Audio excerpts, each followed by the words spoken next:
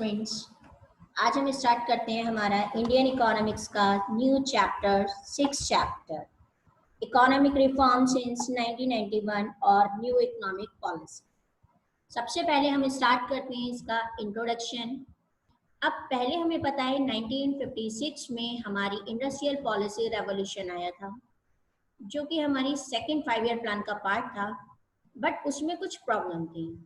जैसे उस टाइम पे क्या था, जो पब्लिक सेक्टर है उसका रोल बहुत ज़्यादा था और प्राइवेट सेक्टर का रोल बहुत कम था। अब उस पॉलिसी में हमने इनवर्ड लुकिंग ट्रेड स्ट्रैटेजी को फॉलो किया था, जिसे कि हम प्रीवियस चैप्टर में डिस्कस कर चुके हैं। उस इनवर्ड लुकिंग ट्रेड स्ट्रैटेजी की वजह से जो हमारी कंट्री थी, जो हमारे पब्लिक सेक्टर एंटरप्राइजेस थी, वो काफ़ी ज़्यादा लॉसेस में जाने लगी।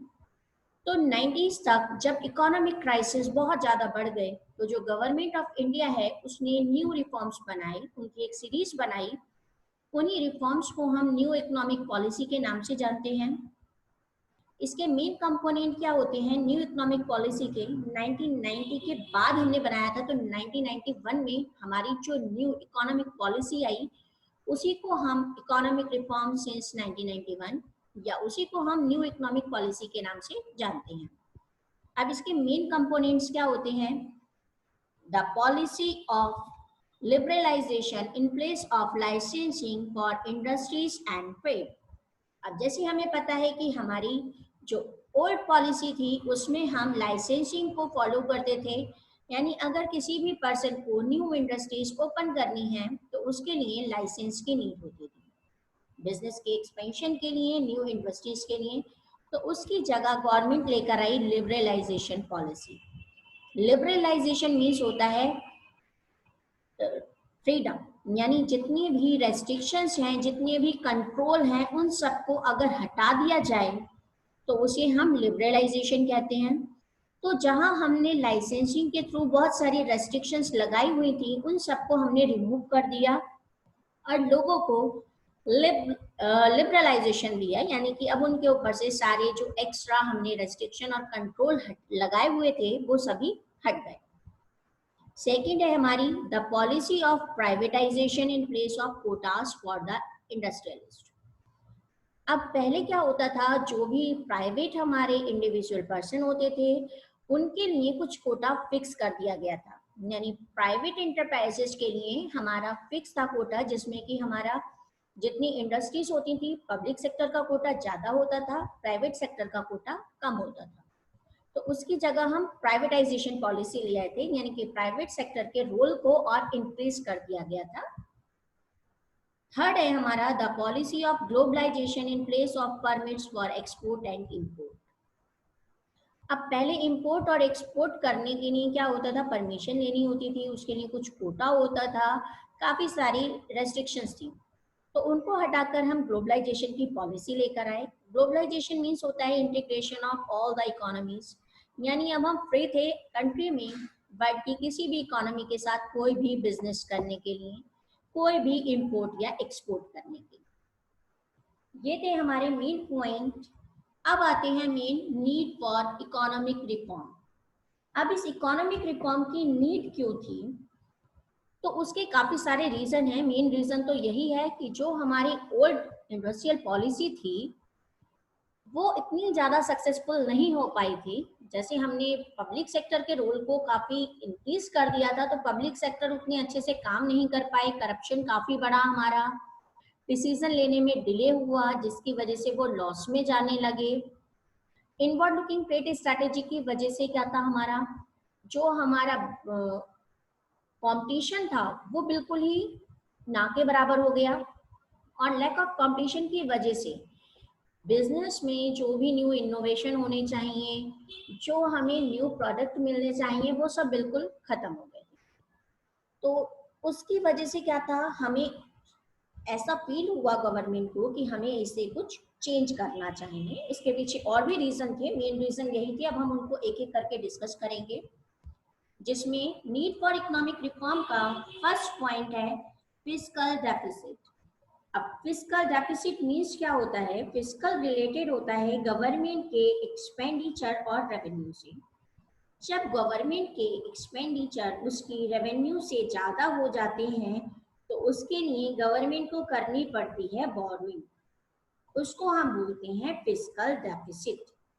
अपनी इकोनॉमी की फाइनेंशियल हेल्थ को मेंटेन करने के लिए गवर्नमेंट क्या करती है, कुछ डेवलपमेंट प्रोग्राम्स और पॉलिसीज चलाती है। अब उसके लिए जरूरत होती है मनी की, उसके पास अगर उतनी रेवेन्यू नहीं हो पाती जितने की उसने कंट्री के डेवलपमेंट पर एक्सपेंडिचर कर दिए, तो उससे क्रिएट होती है हमारी फिस्कल डेफिसिट।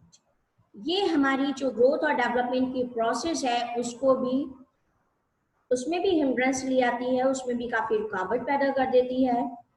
तो हमारी सीरियस प्रॉब्लम थी एक हमारी फिस्कल डेफिसिट की, जिसकी वजह से कई बार गवर्नमेंट डेट ट्रैप की कंडीशन में भी आ जाती थी और हमारी गवर्नमेंट को उससे निकलना बहुत डिफिकल्ट हो जाता था।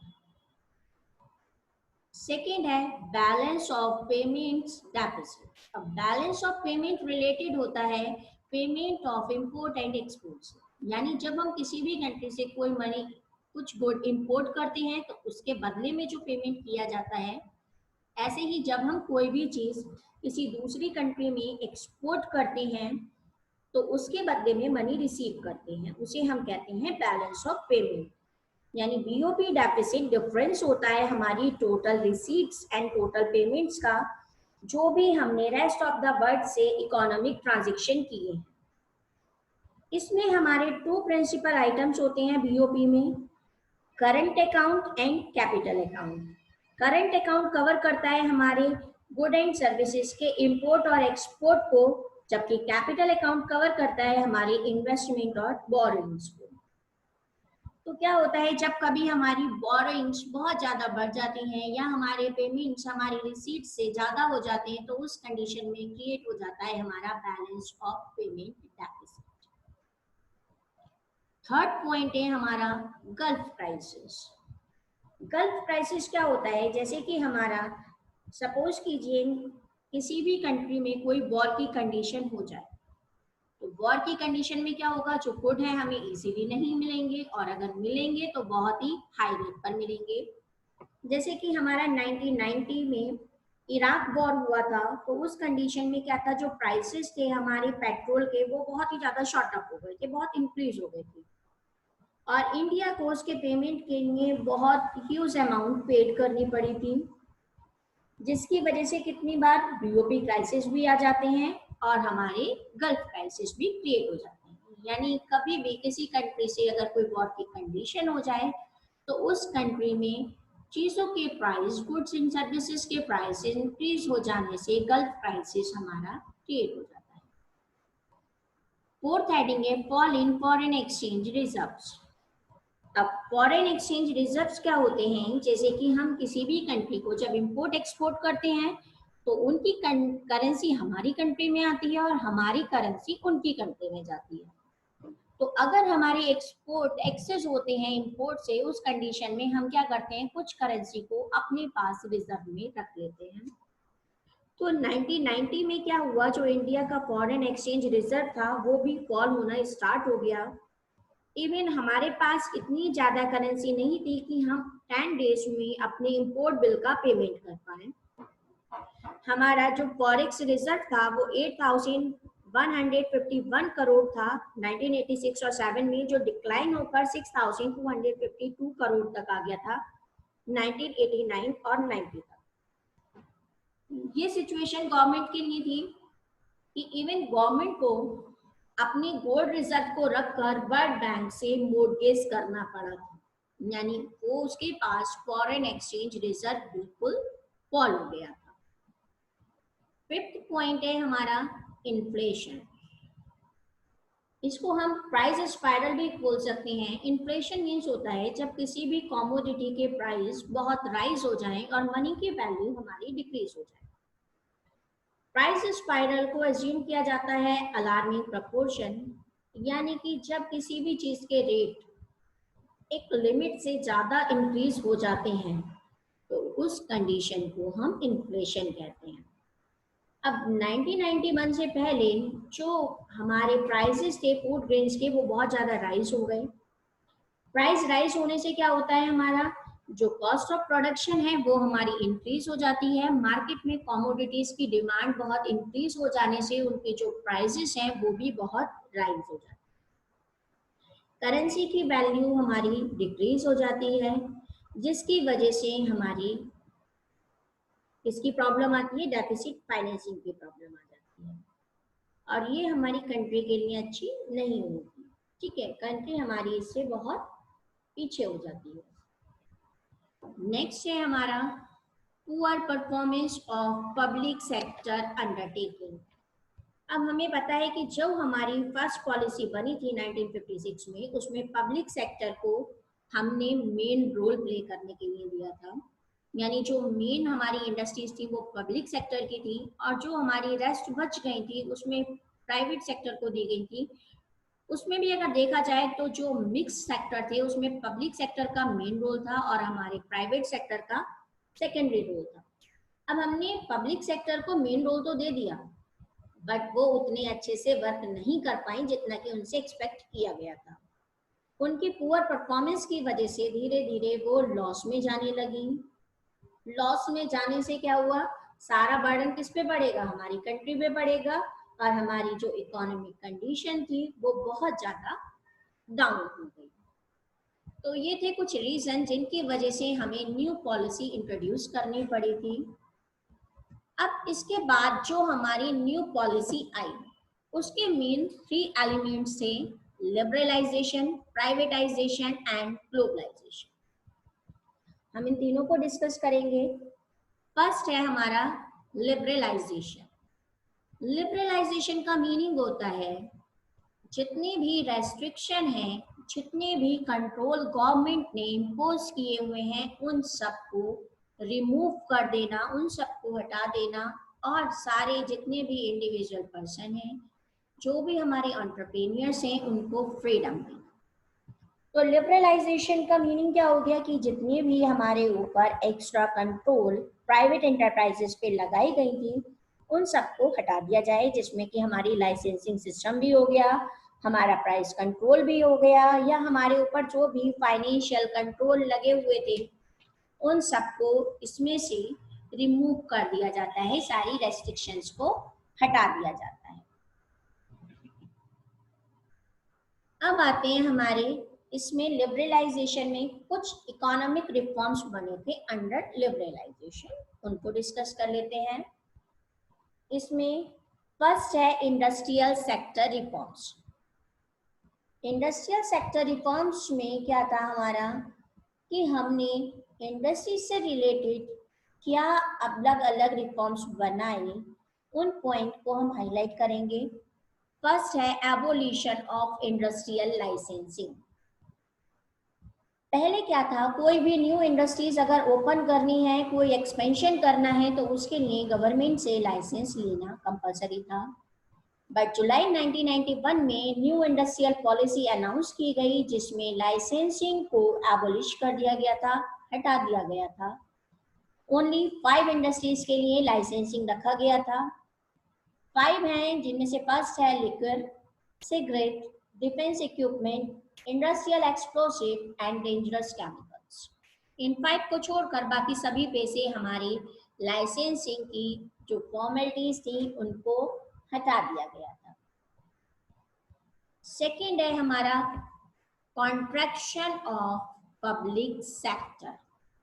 Contraction of public sector means क्या होता है कि हमारी पहले जो पब्लिक सेक्टर था उसके लिए कुछ इंडस्ट्रीज रिजर्व कर दी गई थी। 17 इंडस्ट्रीज रिजर्व थी हमारे पब्लिक सेक्टर के लिए, और प्राइवेट सेक्टर को बहुत ही कम इंडस्ट्रीज दी गई थी। तो हमने यहाँ पर क्या किया, जो पब्लिक सेक्टर थी के लिए हमने इंडस्ट्रीज रिजर्व की थी, उन्हें 17 से डिक्लाइन करके 8 कर दिया गया। यानी इसमें हमने क्या किया, कुछ इंडस्ट्रीज को प्राइवेट सेक्टर को हैंड ओवर कर दिया। थर्ड है हमारा D reservation of production areas. अब इसमें क्या होता है, जो हमारे प्रोडक्शन एरियाज थे पहले वो कुछ स्मॉल स्केल इंडस्ट्रीज के लिए रिजर्व कर दिए गए थे, उनको डी रिजर्व कर दिया गया, यानी उन पे से रिजर्वेशन हटा दिया गया। और उनको मार्केट फोर्सेस के थ्रू अलाउ कर दिया गया कि एलोकेशन ऑफ रिसोर्सेज जो होगा वो हमारा मार्केट फोर्स के थ्रू होगा, ना कि रिजर्वेशन के थ्रू। फोर्थ पॉइंट है हमारा एक्सपेंशन ऑफ प्रोडक्शन कैपेसिटी।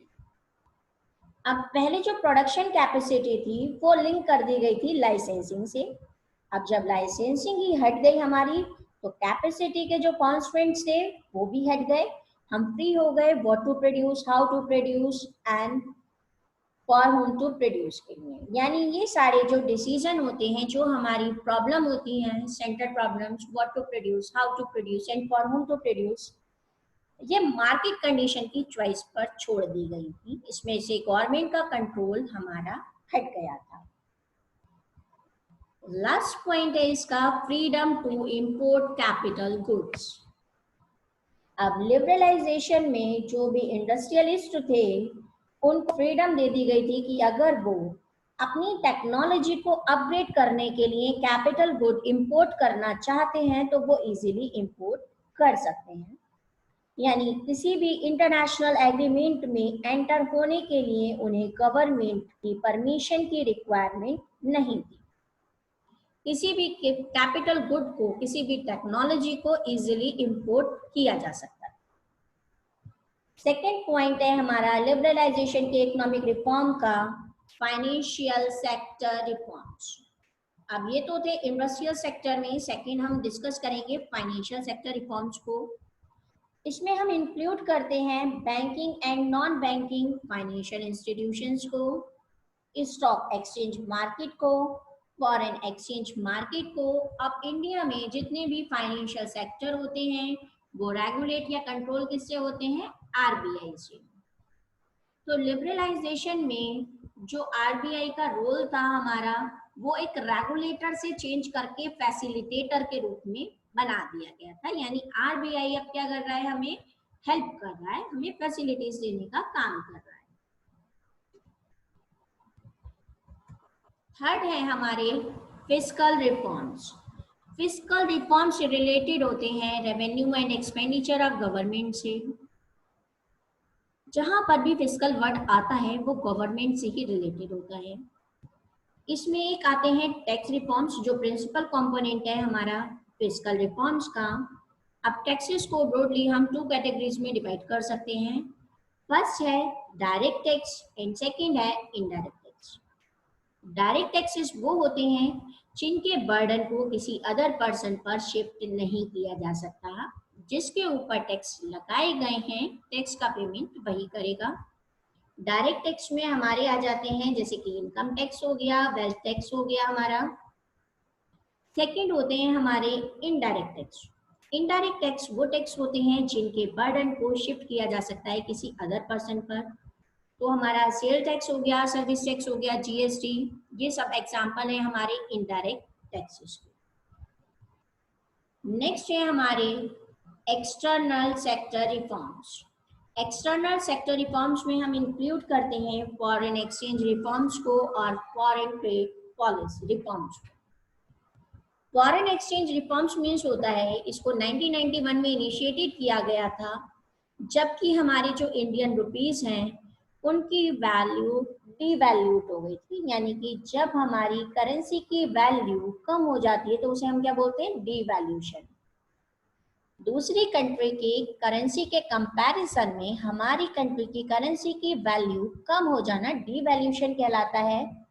तो जब हमारी कंट्री की वैल्यू कम होने लगी तो हम उसके लिए लेकर आए फॉरेन एक्सचेंज रिफॉर्म्स। इसमें ये एक्सपेक्ट किया गया था कि जो फॉरेन एक्सचेंज की सप्लाई है वो हमारी क्या होगी? इंक्रीज हो जाएगी।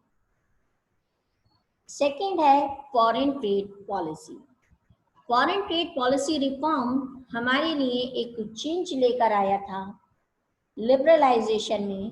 यहाँ पर हमने क्या किया था, जितनी भी टैरिफ रेस्ट्रिक्शन थी, यानी जो हमने पहले क्या किया था, इंपोर्ट के ऊपर काफी सारे टैक्सेस इंक्रीज कर दिए थे, उन्हें बोलते हैं टैरिफ रेस्ट्रिक्शन। तो हमने उन टैरिफ रेस्ट्रिक्शंस को मॉडरेट कर दिया था। हमने इंपोर्ट और एक्सपोर्ट के जो भी आइटम विड्रॉ करने थे उन्हें विड्रॉ करने की जगह क्या किया? मॉडरेट कर दिया, यानी उन पे से टैक्स रेट को काफी कम कर दिया। ताकि डोमेस्टिक इंडस्ट्रीज को प्रोटेक्ट भी किया जा सके और वो मार्केट कंपटीशन में सरवाइव भी कर सके। अब है हमारे नेक्स्ट कुछ silent feature of trade policy after liberalisation, जिन्हें हमने देखा था, एक बार शॉर्ट में और देखेंगे। इसमें जो इंपोर्ट कोटा था वो हमारा एबोलिश हो गया था, हटा दिया गया था। इंपोर्ट लाइसेंसिंग की जो पॉलिसी थी उसको भी हटा दिया गया था। वो केवल हमारे जो नॉन फ्रेंडली प्रोडक्ट्स हैं या हमारे हजार्डस प्रोडक्ट्स हैं, केवल उन्हीं के ऊपर रखा गया था। इंपोर्ट ड्यूटी को बहुत मोडरेट कर दिया गया था। एक्सपोर्ट इंपोर्ट जो था उसको हमने इंटरनेशनल मार्केट में इंक्रीज कर दिया था, एक्सपोर्ट ड्यूटी को अपनी एनहेंस कर दिया था ताकि कॉम्पिटिटिवनेस बढ़ सके हमारी। अब इसमें क्या होता है, कई बार टू वर्ड्स आते हैं, जैसे एक आता है लिबरलाइजेशन और दूसरा होता है लेसेस फेयर सिस्टम। कई बार स्टूडेंट इनमें कंफ्यूज हो जाते हैं, तो ये दोनों बहुत ही डिफरेंट होते हैं। इनको देखते हैं। लेसेस फेयर सिस्टम का मीनिंग होता है नो इंटरवेंशन ऑफ गवर्नमेंट, यानी कि गवर्नमेंट का आपके ऊपर कोई कंट्रोल नहीं है। जितने भी डिसीजन लेने हैं वो सारे डिसीजन लेने के लिए कोई भी इंडिविजुअल पर्सन फ्री है। सारे डिसीजन मार्केट फोर्सेस यानी डिमांड और सप्लाई के बेसिस पे लिए जाएंगे। गवर्नमेंट का रोल केवल लॉ और ऑर्डर या डिफेंस मेंटेन करने तक रह जाता है। प्रोडक्शन एक्टिविटी में गवर्नमेंट का कोई भी कंट्रोल नहीं होता, कोई रेस्ट्रिक्शंस नहीं होती। जबकि लिबरलाइजेशन मीन्स क्या होता है कि वो सिचुएशन है जहां पर गवर्नमेंट हमें फ्रीडम दे रही है, यानी कि गवर्नमेंट का मेन रोल प्ले कर रही है। गवर्नमेंट इंटरवेंशन नहीं करेगी, लेकिन कोई भी हम इतने फ्री नहीं है कि कोई भी डिसीजन हम खुद ले पाए। हम डिसीजन लेंगे लेकिन गवर्नमेंट के परमिशन से लेंगे। गवर्नमेंट भी उतना ही इम्पोर्टेंट रोल प्ले कर रही होगी हमारा। हमने लाइसेंसिंग हटा दिया लेकिन वो फ्रीडम हमें गवर्नमेंट ने दी है। गवर्नमेंट अगर चाहे तो उन फ्रीडम्स को हटा सकती है। तो लिबरलाइजेशन मीन्स है गवर्नमेंट का रोल तो है मेन, गवर्नमेंट की तरफ से हमें फ्रीडम मिलना, कुछ भी करने के लिए रेस्ट्रिक्शन हटा देना, उसे हम बोलते हैं लिबरलाइजेशन। और गवर्नमेंट का कोई भी रोल या कोई भी इंटरफेरेंस ही नहीं होना, वो कहलाता है हमारा लेसेस फेयर। नेक्स्ट है प्राइवेटाइजेशन। प्राइवेटाइजेशन हमारी प्रोसेस होती है जिसमें पब्लिक सेक्टर के रोल को कम करके पब्लिक सेक्टर के रोल को इंक्रीज कर दिया जाता है। अब इसके टू मेथड होते हैं। फर्स्ट होता है sale of government enterprises to private entrepreneurs, यानी गवर्नमेंट एंटरप्राइजेस को प्राइवेट एंटरप्रेन्योर्स को सेल कर दिया जाएगा। सेकंड होती हैं मिक्स एंटरप्राइजेस, उसमें गवर्नमेंट क्या करती है, अपनी ऑनरशिप और मैनेजमेंट को विड्रॉल कर लेती है। अब जब मिक्स है उसमें से गवर्नमेंट की ऑनरशिप हमारी विड्रॉल हो गई तो किसकी बची, ओनली प्राइवेट की बची। थर्ड है हमारा ग्लोबलाइजेशन। अब ग्लोबलाइजेशन मीन्स क्या होता है, ग्लोबलाइजेशन मीन्स होता है integration of all the economies. अब ग्लोबलाइजेशन में हम फ्री होते हैं किसी भी कंट्री के साथ कोई भी ट्रेड करने के लिए, कोई भी बिजनेस करने के लिए, गुड एंड सर्विसेज के एक्सचेंज करने के लिए। तो हमारी जो पॉलिसी या स्ट्रैटेजी अडॉप्ट की गई थी ग्लोबलाइजेशन को इंक्रीज करने के लिए, उसमें फर्स्ट था हमारा point increase in equity limit of foreign investment. इसमें हमने क्या किया था कि जो फॉरेन कैपिटल इन्वेस्टमेंट की इक्विटी लिमिट होती है उसको हमने इंक्रीज कर दिया था। इसको हमने 40% से 51 टू 100% तक कर दिया गया था। फॉरेन डायरेक्ट इन्वेस्टमेंट है वो 100% तक अलाउ था, बिना किसी रेस्ट्रिक्शन के, बिना किसी रेड टेपिज्म के। जो एक्सपोर्ट ट्रेडिंग हाउसेस थे उन्हें भी फॉरेन कैपिटल इन्वेस्टमेंट अलाउ कर दिया गया था 100% तक। इसके लिए एक फॉरेन एक्सचेंज मैनेजमेंट एक्ट, जिसको कि हम फेमा बोलते हैं, उसको एनफोर्स किया गया था। सेकंड है हमारा partial convertibility. Partial convertibility means क्या होता है, ग्लोबलाइजेशन के ऑब्जेक्टिव को अचीव करने के लिए जो इंडियन रुपीस हैं उन्हें पार्शियल कन्वर्टेबिलिटी अलाउ कर दी गई थी। यानी पार्शियल कन्वर्टेबिलिटी मीन्स होता है वो प्राइस मार्केट प्राइस जिस पर कोई भी करेंसी हमारी दूसरी करेंसी में कन्वर्ट हो सकती है। तो कन्वर्टिबिलिटी जो अलाउ की गई थी वो इंपोर्ट और export of goods and services के लिए की गई थी। इंटरेस्ट और डिविडेंड जो पेमेंट करना है इन्वेस्टमेंट पे उसके लिए की गई थी। कोई भी रेमिटेंस करना है फैमिली एक्सपेंस के लिए उसके लिए की गई थी हमारी। थर्ड है हमारा long term trade policy. Long term trade policy में ये हमारी एक कंफर्मिटी होती है इकोनॉमिक रिफॉर्म्स की कि फॉरेन ट्रेड पॉलिसी हमारी लॉन्गर ड्यूरेशन तक ऐसे ही चलेगी, यानी लिबरल पॉलिसी को हम अप्लाई करेंगे।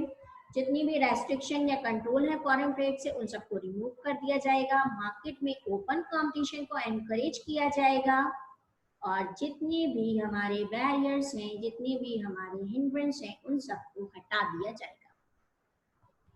फोर्थ है हमारा reduction in tariffs. Tariff means tax rate.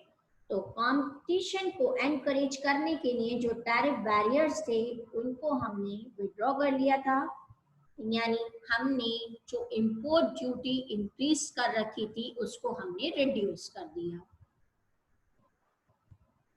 Last point है विड्रॉल ऑफ क्वांटिटेटिव रेस्ट्रिक्शंस।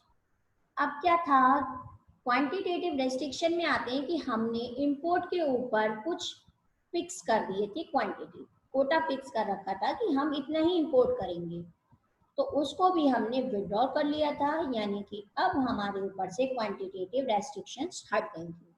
हम जितना भी इंपोर्ट या एक्सपोर्ट करना चाहें हम इजीली कर सकते हैं। Thank you. होप आप लोगों को समझ में आ गया होगा। इस चैप्टर का बाकी पार्ट नेक्स्ट वीडियो में देखेंगे। तब तक आप इसको देखिए। अगर आपको कोई डाउट है तो उसको कमेंट करके पूछ लीजिएगा। Thank you.